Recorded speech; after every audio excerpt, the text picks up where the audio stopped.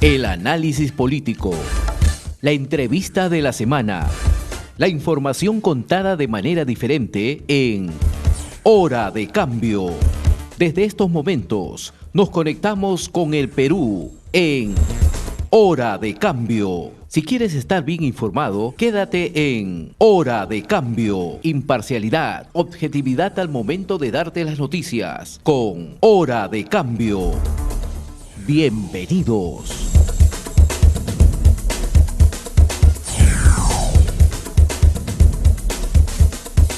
En esta oportunidad tengo el grato placer de conversar con un colega, amigo de muchos años, y me estoy refiriendo a Julio Schiappa Pietra. ¿Cómo estás, Julio? Muy buenos días, te saluda Tito Castillo.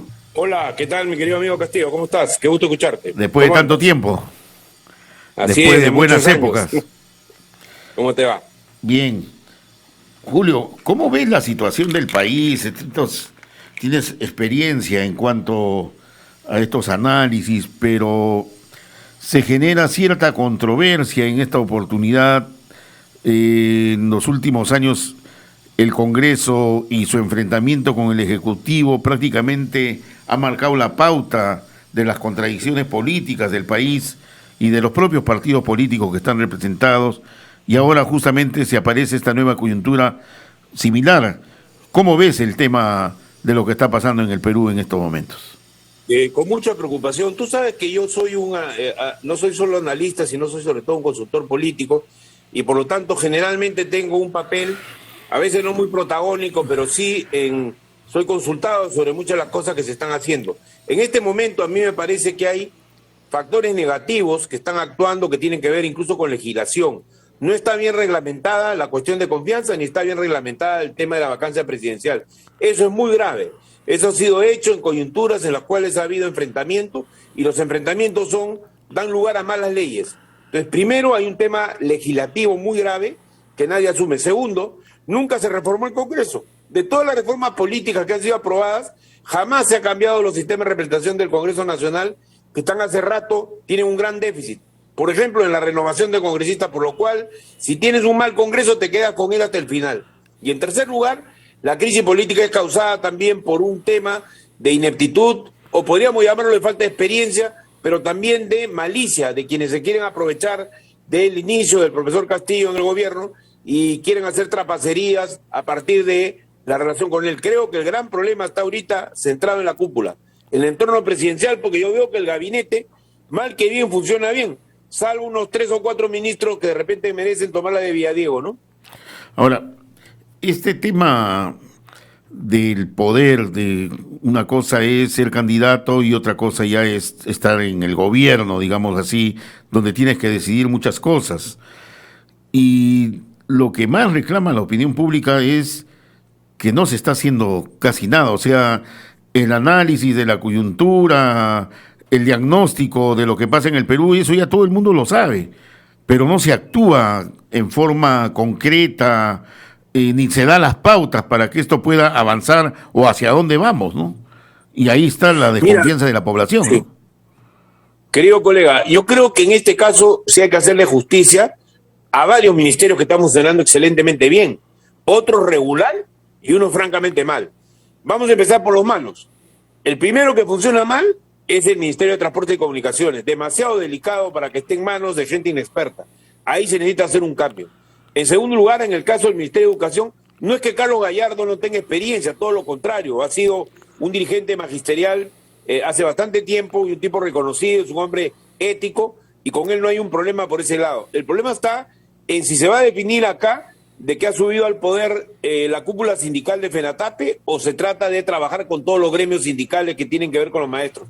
Si no, tú armas un despelote peor que el que ya existe. A mí me parece que ahí está el tema central, el problema principal que tenemos que visualizar. O sea, esos dos ministerios me parecen los más graves. Hay otros que ya se caracterizan como mediocres. Yo diría que entre ellos está el Ministerio de Energía y Minas, que también debe sufrir un cambio, porque tiene que estar al frente una persona que en su estado de salud y en su manera de percibir las cosas pueda manejarse con agilidad en un área donde hay que negociar y hay que tener mucha previsión, porque de eso depende la caja del país. Yo diría que esos tres, por no decir el cuarto o quinto y ofender a alguna gente, pero creo que esos son los que yo veo como principales blancos de una reestructuración inmediata. Y ojo, no hablo de que solo se cambie al ministro, sino que hay que sacar a todos los que han metido que no saben nada, porque hay demasiados que han entrado directores que son otra cosa menos gestores públicos. Y el Estado no se puede llenar de amigos, se tiene que llenar de gestores públicos. Creo que esa es una medida que hay que tomar, ¿no? Ahora, lo que pasa es de que en estos últimos años, a consecuencia del gobierno de Vizcarra, recién se está mirando con ojos más abiertos al papel que juega el Ministerio de Transportes y Comunicaciones. Siempre se ha dicho que la plata está en economía y finanzas, pero la plata y las obras no están en economía y finanzas. Donde está la plata y las obras, y donde está el más grado índice de corrupción, es justamente por ahí, por el Ministerio de Transportes y Comunicaciones.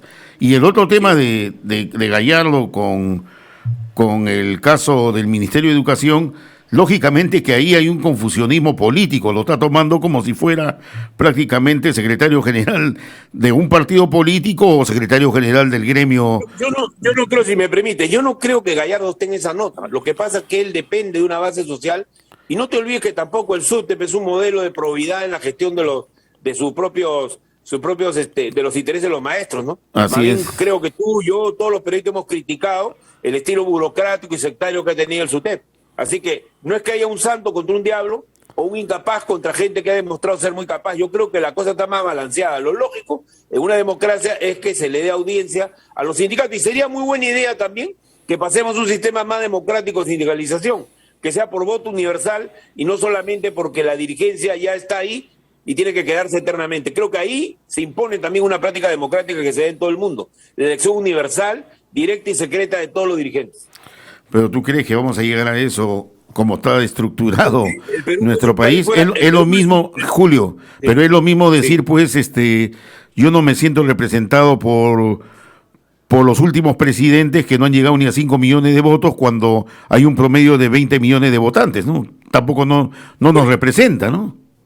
Pero los sindicatos no pueden estar en manos de burocracias que con el tiempo se vuelven corruptas. Los sindicatos tienen que ser organizaciones que ejemplo de democracia. Los sindicatos triunfadores en el mundo, así como los partidos políticos también, ojo, porque el Perú se está volviendo al viejo caudillismo que tú ya conoces, yo y tú conocemos, porque ha destruido a muchos sectores políticos clave para el país. O sea, el caudillismo, el individualismo, la falta de trabajo colectivo en los partidos políticos es otro drama también en el Perú. Entonces, avancemos en corregir lo que está mal. Y creo que definitivamente no se trata de estar en una democracia a la sueca, pero por lo menos debemos tener tanta democracia como en Bolivia, que se eligen los sindicatos por voto universal y secreto, ¿no? A ver, entrando un poco a la historia del país, creo que de repente me equivoco, espero que me corrijas. Creo que hay dos acontecimientos históricos donde la izquierda con nombre propio, con franquicia propia, digamos así, ganan unas elecciones importantes en el país. Una, la de Alfonso Barrante Lingán, en el 83, y otra ha sido esta, la de Pedro Castillo. No sé si habrá otra, pero al menos de Alfonso Barrante Lingán queda el vaso de leche, queda una gestión transparente, queda la honorabilidad que tuvo don Alfonso en su actividad política y la capacidad que tuvo por unificar a la izquierda. Y acá y se generó una expectativa en el año 83, que después ya fueron ganando municipios tras municipios a lo largo de todo el país, como también regiones. Pero ahora también se ha generado esa expectativa pensando que un gobierno de izquierda, con todo el anticomunismo que ha habido, iba a empezar a corregir algunas fallas estructurales que tiene el país. Claro, todavía estamos a 4 meses, pero dar la señal de que esto puede ser así, y eso la opinión pública y de repente muchos sectores de la izquierda un poco que ven que eso no es así, ¿no? O sea, se pierde esa confianza histórica, ¿no? Es que asistimos a una cosa vergonzosa, que es una pelea por los puestos públicos, y eso es algo primitivo y va contra la democracia y contra el interés del pueblo. Creo que el gran éxito de Barrante fue que él logró, a través de Henry Piz, con quien no se llevaba muy bien, muchas veces, porque tenían diferentes formas de pensar, llegó a constituir un grupo de técnicos que éramos unos 42, oficialmente organizados, incluso como bloque, para poder trabajar, tanto regidores como funcionarios. Y el secreto estuvo en eso. Hubo una tecnocracia de izquierda de primer nivel que nadie podía discutir nuestra capacidad para manejar las diversas áreas, hasta que luego la envidia y la corrupción y la duda frente a Sendero Luminoso, porque hubo un sector, no hay que olvidar, de la izquierda, particularmente Javier de Canseco y toda la gente que lo seguía a él, que se comprometió con la lucha armada y que llegaron incluso a crear una guerrilla el 87 en la provincia de Melgar, en Puno, una desgracia, que terminó en una terrible derrota. Y luego los líderes que estaban en esa facción, que rompieron la izquierda, continuaron adelante para llegar a las elecciones de 1990. Ese tipo de procesos son los que han destruido a la izquierda, el izquierdismo, el infantilismo. Hoy se repite desgraciadamente en dos versiones. Una versión ideológica, completamente ideologizada, incapaz de entender la realidad del país, y otra versión que es la sindical, que tú conoces también por tu propia trayectoria personal, y que lleva también a que si uno sigue el sentir de las masas únicamente y no mire el interés del país y del resto de la sociedad, termina aislado y termina efectivamente en derrotas contundentes. Creo que ya basta de derrotas. La izquierda en América Latina está ganando enormes espacios. Mira tú, Honduras, Xiomara Alfaro. El gobierno de AMLO es un ejemplo de destreza táctica para evadir el gobierno de Trump, y ahora está entrando en una etapa de reforma. Durante 5 años durmió el sueño de los justos. Hoy día es ya una fuerza que se deja sentir como un factor de cambio en América Latina. Por no hablar de Mujica, por no hablar de Bachelet, por no hablar de numerosos, de Correa, de numerosos mandatarios. Los que han tenido dificultades muy grandes son los que se han metido en el cuento de seguirlo a Maduro, que es una estrategia derrotada, y no entender de que la revolución cubana es una excepción, no es la constante para que tú puedas cambiar los países, porque la economía se ha globalizado y se trata de llevar adelante un proceso mucho más complejo de relaciones y de contactos. La economía hoy día no se puede manejar autárquicamente, o sea, cerradamente en el país, tiene que manejarse con un mercado internacional dentro del cual hay que negociar espacios. Hay incluso quienes hablan de un socialismo de mercado, y el socialismo, así como el capitalismo, están también en crisis. Están reflexionando sobre cuál es la matriz real de su pensamiento, y en todo el mundo eso es muy positivo. Está llevando a forma de socialismo participativo a que los partidos de izquierda sean vistos como una especie de frente donde hay tendencias y no como un partido único. Creo que los cambios hacia adelante de las sociedades van a ser en ese marco. Además, la izquierda perdió también el peso que tenía antes por la causa de la justicia social. Hoy día la globalización lleva a luchas en las cuales se expresan otros intereses. No hay que sustituir la lucha por la justicia social de ninguna manera, lo demuestra la experiencia mundial, pero sí tiene que adquirirse la capacidad de trabajar con esos intereses. Por eso llama la atención que haya fuerzas de izquierda que predican el machismo, que son misógenos, que le hacen gracias a ese tipo de cosas, o que están en contra de las minorías sexuales que también deben ser respetadas. De ahí al racismo hay un solo paso, de ahí a la xenofobia hay otro paso. Creo que hay que ser conscientes de estos cambios. Ahora, dentro del análisis y volviendo desde el año 80 hasta la fecha, digamos así, donde ha tenido importante papel, digamos, la izquierda en nuestro medio, también es cierto de que en estos momentos, digamos así, han sido sustituidos los partidos políticos de izquierda por las ONGs. Prácticamente las ONGs... Ese es un tema que yo te diría justamente que ahí vamos a ese tema. Mira, permíteme porque tengo un poco de batería ahorita. Ya. Y quiero aprovechar para decirte lo que pienso. Mira, eso de las ONGs es un gran mito. Porque hay ONG de derecha y hay ONG de izquierda. No caigamos en esos juegos. El problema está, y las ONG no son un enemigo. Yo pienso que son un aliado de la izquierda. El problema está en que una izquierda débil, raquítica, dogmática, no puede controlar a instituciones que tienen recursos y financiamiento para poderse mantener autónomamente. Aquí en el Perú los partidos de izquierda y los de derecha a veces no tienen ni siquiera un sol para pagar la cuenta de la luz. O sea, vayamos a la esencia. La esencia está en la debilidad de los partidos. Sobre eso los partidos serán hegemónicos frente a las ONGs. Mira tú en Europa, a ver si las ONGs mandan o es que los partidos tienen un protagonismo propio. El problema es que acá los líderes principales de los partidos políticos de izquierda han pasado a organizarse en ONGs, ¿no? Y han abandonado los partidos políticos de izquierda. Bueno, pero Cerrón no está en una ONG y sin embargo comete varios pecados mortales, ¿no? Pues. O sea, a nivel político. Igual pasa con el profesor Castillo, que tampoco viene de una ONG. O sea, vayamos a la esencia, ¿no? Creo yo, ¿no? La esencia de la debilidad de Castillo está en su falta de pensamiento político y su falta de organización. Y lo mismo pasa con el señor Cerrón, que está 50 años atrás y tiene una organización que sencillamente es un mito, pues, ¿no? Creer que ahorita puedes armar una revolución con partido único en el Perú sencillamente es una te va a llevar a la derrota, ¿no? Por supuesto. Creo que ahí está la esencia del tema, cambiar la manera de pensar, cambiar las actitudes, oír al pueblo mucho más. Mira, por ejemplo, te doy un ejemplo. Este gobierno no se está manejando ni siquiera con encuestas, pero te aseguro, si le preguntamos al señor Cerrón, que es el hombre que dirige el partido de gobierno, y yo no estoy criticándolo a él del ángulo de la derecha, lo estoy criticando del ángulo de la izquierda. Él tiene que ser consciente que no puede tampoco decir lo que le parece, tuitear lo que le parece, lo odia a la mitad del país y no se da cuenta. Hay que leer las encuestas, saberlas interpretar, tener, si uno duda de las encuestas propias. Eso es lo moderno, eso es lo avanzado. Y creo que en general estos líderes se basan en el pensamiento empírico, en la política chicha, y les falta realmente tener un razonamiento acorde con lo que necesita la población. No tienen programas que tú puedas decir, estos son programas realmente viables, ¿no? Y uno puede ser dogmático, pero tener un programa que permita discutir. Acá no se puede discutir nada porque no existen los programas. Lo que se llama programa, que yo soy marxista-leninista, voy a expropiar esto, lo otro, eso no es un programa, pues. Porque no dice cómo llegar a la meta. ¿Me entiendes? Son consignas políticas nomás. Pues, de lo práctico, ¿no? Sí. A ver, y hemos hablado de la izquierda, don Julio Schiappa. Sí.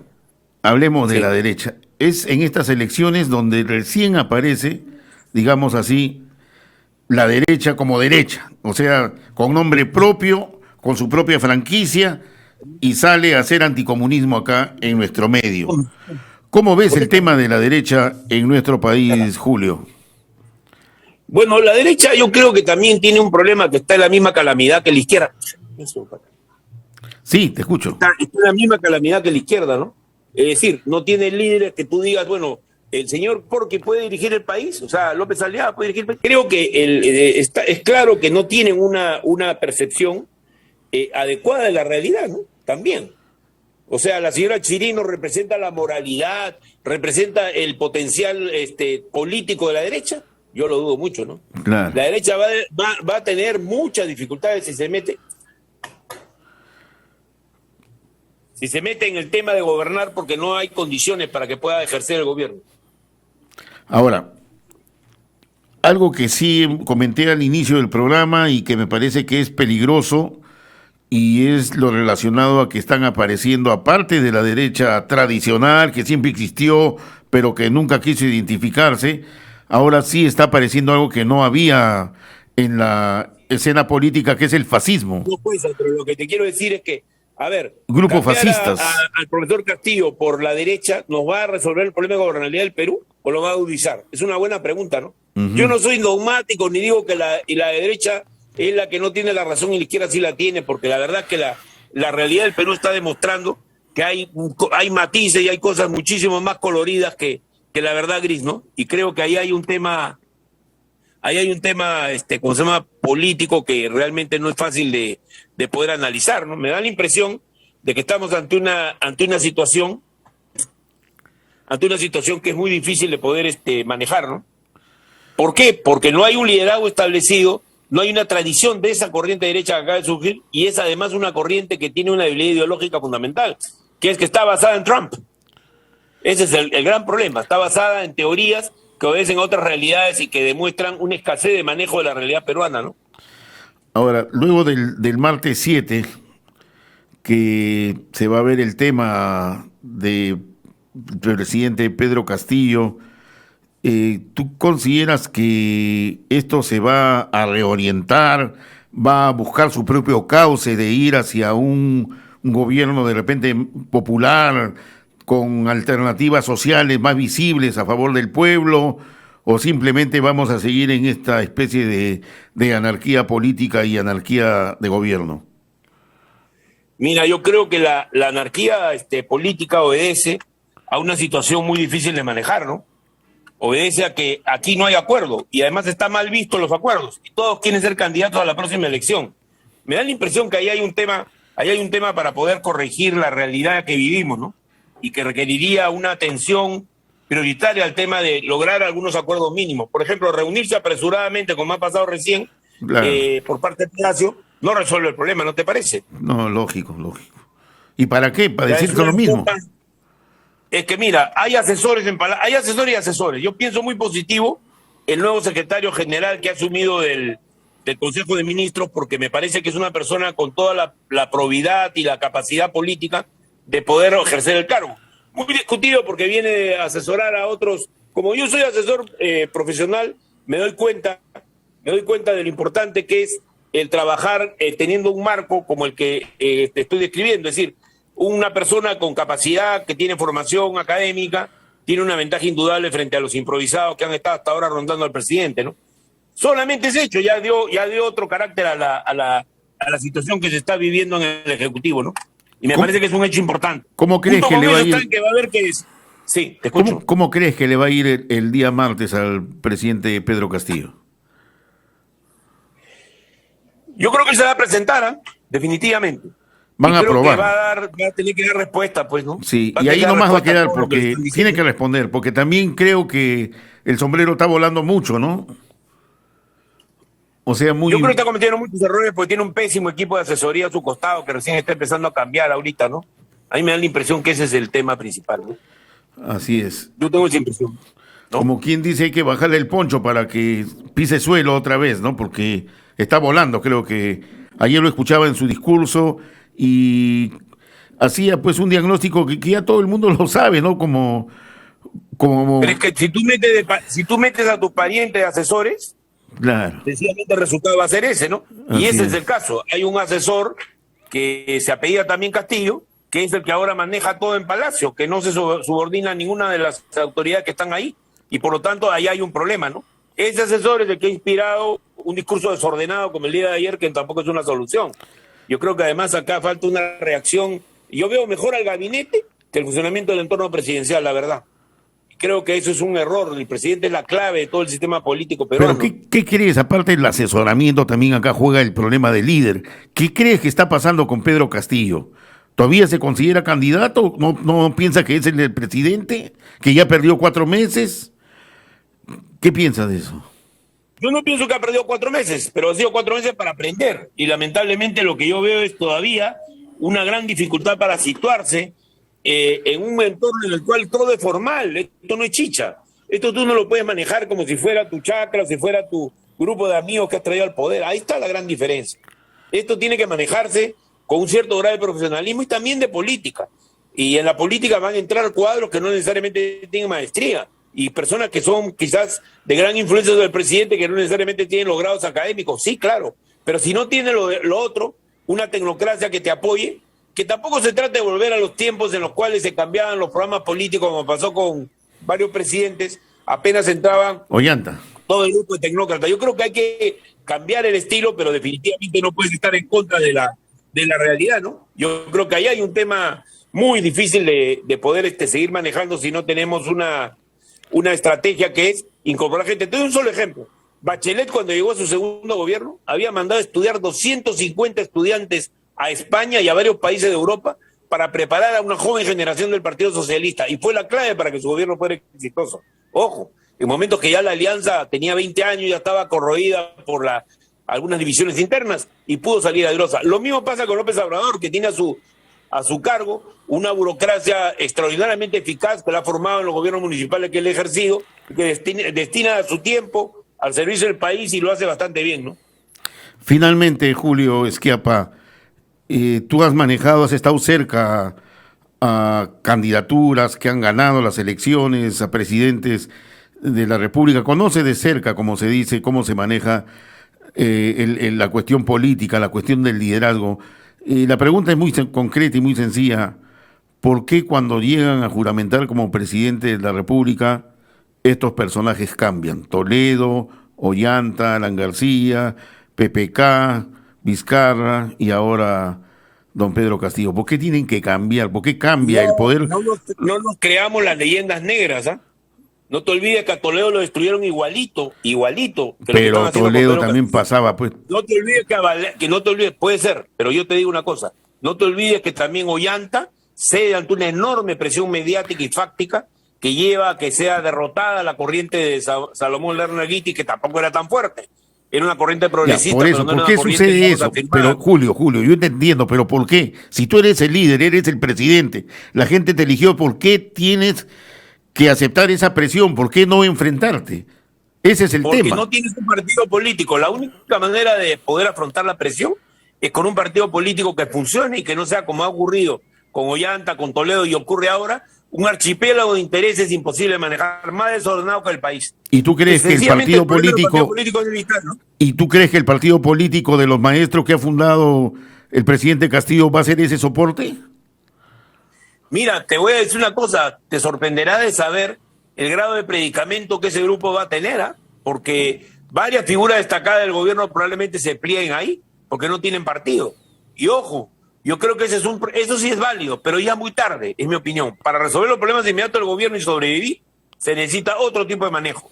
Un manejo muchísimo más identitario, claro, y que tenga un objetivo hacia adelante. Así que por ahora, de manera inmediata, hay que armar un equipo de socorro con tecnócratas de izquierda o de progresistas que puedan llevar adelante la batuta del gobierno y que apoyen al presidente tanto en el gabinete como en la gestión del Ejecutivo. Luego, en ese proceso se irá formando una organización política o varias organizaciones políticas. Mira, la izquierda exitosa en América Latina, tú no sé si sabes, pero por ejemplo el partido de Evo Morales, que no es un ejemplo de derrota en la izquierda, es un ejemplo de victoria muy constante.